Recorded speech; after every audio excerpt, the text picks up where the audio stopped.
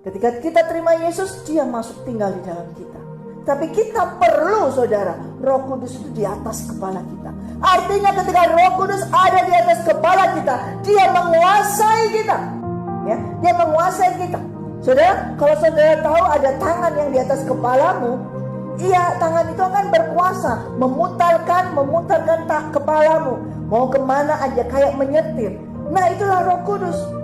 Kalau selama ini Roh Kudus tidak engkau izinkan menjadi kuasa dalam kehidupan, Roh Kudus tidak engkau izinkan untuk menguasai hidupmu, Roh Kudus hanya kau jadikan alat.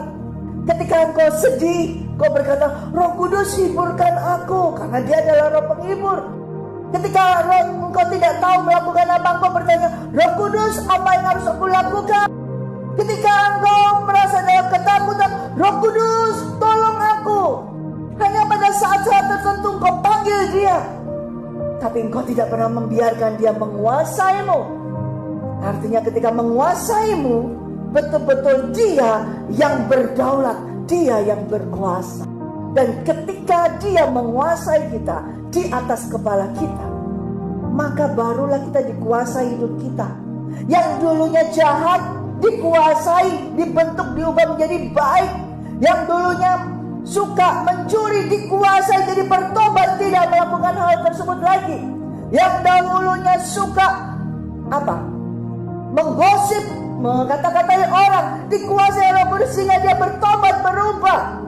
Dengan kuasa yang turun atas orang tersebut, menjadikan dia bisa bersaksi. Ada suatu kesaksian di dalam kehidupannya. Kesaksiannya apa? Dulu aku orang berdosa. Ketika aku dikuasai oleh Roh Kudus, aku tidak lagi melakukan dosaku. Ketika aku dikuasai oleh Roh Kudus, aku tidak lagi tenggelam di dalam kekelaman dosaku. Hanya orang yang sudah dikuasai Roh Kudus bisa menyaksikan Tuhan Yesus Kristus. Katakan amin. Selama kita hidup, kita belum dikuasai Roh Kudus, kesaksian kita banyak, banyak. Tapi kesaksiannya dicampur. Ada juga motivasi kesaksian dari hidup kita sendiri, diri kita sendiri. Ketika kita menyaksikan Yesus, numpang promosinya.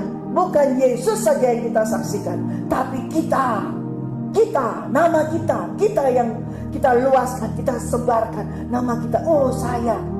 Seringkali kita melakukan pekerjaan Tuhan, melayani Tuhan. Kesaksian kita bukan Tuhannya yang kita saksikan, tapi saya loh yang berdoa untuk dia, saya loh yang menjenguk dia, saya loh yang melakukannya, saya berdoa untuk dia, saya berdoa